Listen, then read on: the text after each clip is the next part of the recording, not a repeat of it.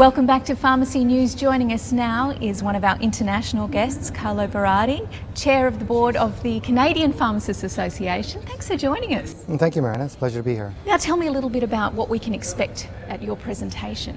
Well, I think the presentation tomorrow is going to be both invigorating, stimulating for the Australian pharmacists. The perspective of the presentation is going to be looking at the change in pharmacy practice within Canada, how we've been able to transition from a traditional core dispensing function to really more an advanced practice, more placing pharmacists at the front line of delivery of healthcare services. And you're going to elaborate a little bit on how we can implement that in the world of pharmacy.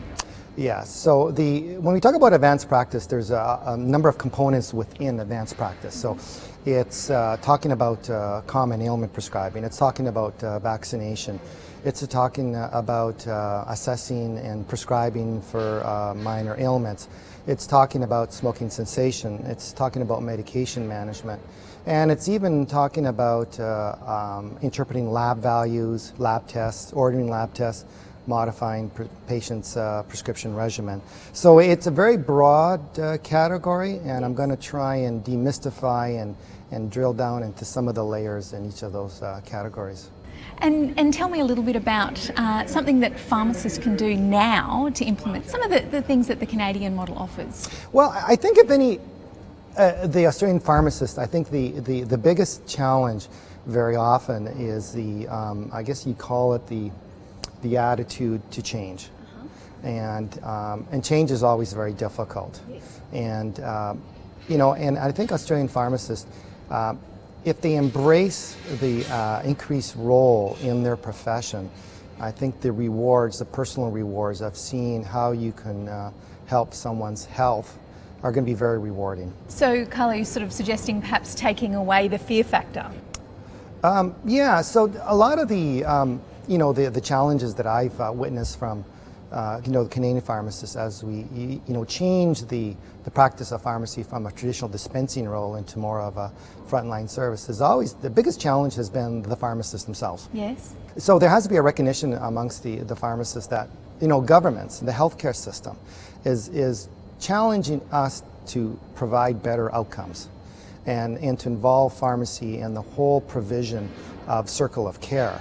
And so I want to see pharmacists embrace the future, not necessarily resist it or say, why do I have to change, and yes. and I'm not ready for this. And there's many ways that pharmacists can get ready for the future.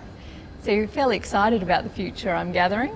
Oh yeah. Well, you know what? I've told many audiences and regional meetings within Canada, talking about change, and I've told my audience, the days of just a pharmacist just being strictly a dispenser are over. Yes. There's no going back, and in our healthcare systems, and I'm sure Australia's like Canada, 50% of our budgets, our government budgets, are going to healthcare. So there's a challenge at all levels of government to, to get more for your investment. Yes, yes. And certainly we know that when governments invest into pharmacy services, there's a bigger savings elsewhere in the healthcare system. Exciting times ahead. It is, yeah. Well, enjoy your time at APP 2016. Enjoy the Las Vegas party as well. I will. Thank you very You much. certainly will.